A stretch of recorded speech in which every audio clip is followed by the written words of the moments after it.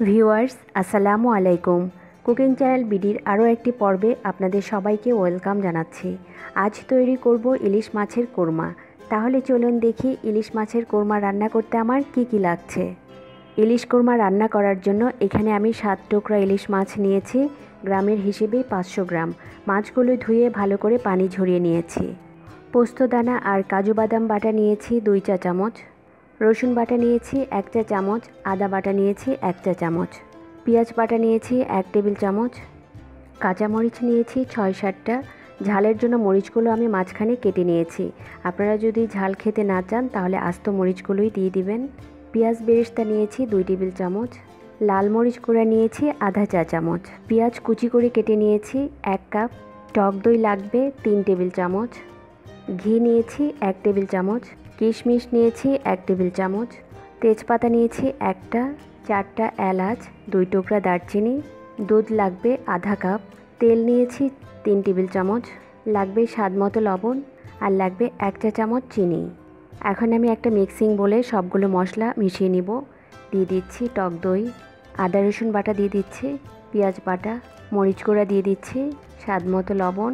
এখন একটা চামচ দিয়ে ভালো করে মিশিয়ে নিচ্ছি। সব মিশানো হয়ে গেলে এখন আমি মাছগুলো দিয়ে ভালো করে মাখিয়ে নেব। মাছগুলো দিয়ে খুব ভালো করে হাত দিয়ে মাখিয়ে নেব। এইভাবে আমি মাছগুলো মাখিয়ে প্রায় 10 থেকে 15 মিনিটের জন্য রেখে দিব। রান্নার জন্য একটা কড়াই নিয়ে নিচ্ছি তেল। তেলটা গরম হয়ে গেলে দিয়ে দিব পেঁয়াজ কুচি। এখানে আমি পেঁয়াজগুলো হালকা করে একটু ভেজে নেব। আমি কিন্তু পেঁয়াজগুলো লাল করে ভাজবো না, পেঁয়াজগুলো শুধু একটু নরম করে নিব। এখন আমি একটা তেজপাতা ছিঁড়ে দিয়ে দিচ্ছি, দারচিনি, এলাচ। এখন এই গরম মশলাগুলো পেঁয়াজের সঙ্গে হালকা করে একটু ভেজে নেব। পেঁয়াজ ভাজা হয়ে গেছে, এর চেয়ে আর বেশি লাল করব না। এখন আগে থেকে মাখিয়ে রাখা মাছগুলো দিয়ে দিচ্ছি। মাছগুলো দিয়ে হালকা করে একটু নেড়ে দিচ্ছি। বাটিতে যে মশলাটুকু ছিল সেখানে আমি 1/4 কাপ পানি দিয়ে সেই পানিটা দিয়ে দিচ্ছি। এখন মাছগুলো আমি একটু ভালো করে নেড়ে উল্টিয়ে দিব। আমি সবগুলো মাছ উল্টিয়ে দিচ্ছি। মাছগুলো উল্টিয়ে আমি 5 মিনিটের জন্য ঢেকে দিচ্ছি। 5 মিনিট হয়ে গেছে। এখন হালকা করে আবারও মাছগুলো একটু উল্টিয়ে দিব। আর একটু সাবধানে উল্টাতে হবে, কারণ ইলিশ মাছ সেদ্ধ হওয়ার পর অনেক বেশি নরম হয়ে যায়। দুধের সঙ্গে পোস্তদানা আর কাজু বাদামটা মিশিয়ে নিয়েছি। এখন আমি সেই দুধটা দিয়ে দিচ্ছি। দুধ দিয়ে আবারও মাছগুলো একটু হালকা করে নেড়ে দিচ্ছি। এখন ঢেকে দিব 5 মিনিটের জন্য। এখন দিয়ে দিচ্ছি কাঁচামরিচ,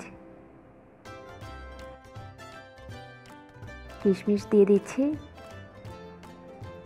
দিচ্ছি চিনি। এখন মাছগুলো আবারও হালকা করে একটু নেড়ে দিচ্ছি। এখন দিয়ে দিচ্ছি পেঁয়াজ বেরেস্তা আর দিয়ে দিচ্ছি ঘি। এখন আবারও মাছগুলোকে আমি একবার উল্টিয়ে দিব। আমি আগেই বলেছি মাছগুলো কিন্তু খুবই নরম, একটু সাবধানে উল্টাতে হবে। এখন আমি চুলার আঁচটা কমিয়ে ঢেকে রাখবো 6-7 মিনিটের জন্য। 7 মিনিট পর আমি ঢাকনাটা তুলে নিচ্ছি। তেলটাও সুন্দর উপরের দিকে ভেসে উঠেছে। আমার কোরমা রান্না করা হয়ে গেছে। এখন আর নাড়বো না, কড়াইটা ধরে এভাবে একটু ঝাঁকিয়ে নিচ্ছি। আমার কোরমা রান্না করা হয়ে গেছে, আমি চুলাটা বন্ধ করে দিয়েছি। এখন নামিয়ে পরিবেশন করব। ইলিশ মাছের কোরমা পোলাওয়ের সাথে খেতে বেশি ভালো লাগে। আশা করি আমার আজকের ভিডিওটি আপনাদের ভালো লেগেছে। আপনারা বাসায় তৈরি করবেন, তৈরি করে জানাবেন কেমন হয়েছে। ভালো লাগলে লাইক, কমেন্ট ও শেয়ার করবেন। আমার আরও নতুন ভিডিওর জন্য আমার চ্যানেলটি সাবস্ক্রাইব করবেন। সবাই খুব ভালো থাকবেন। আল্লাহ হাফেজ।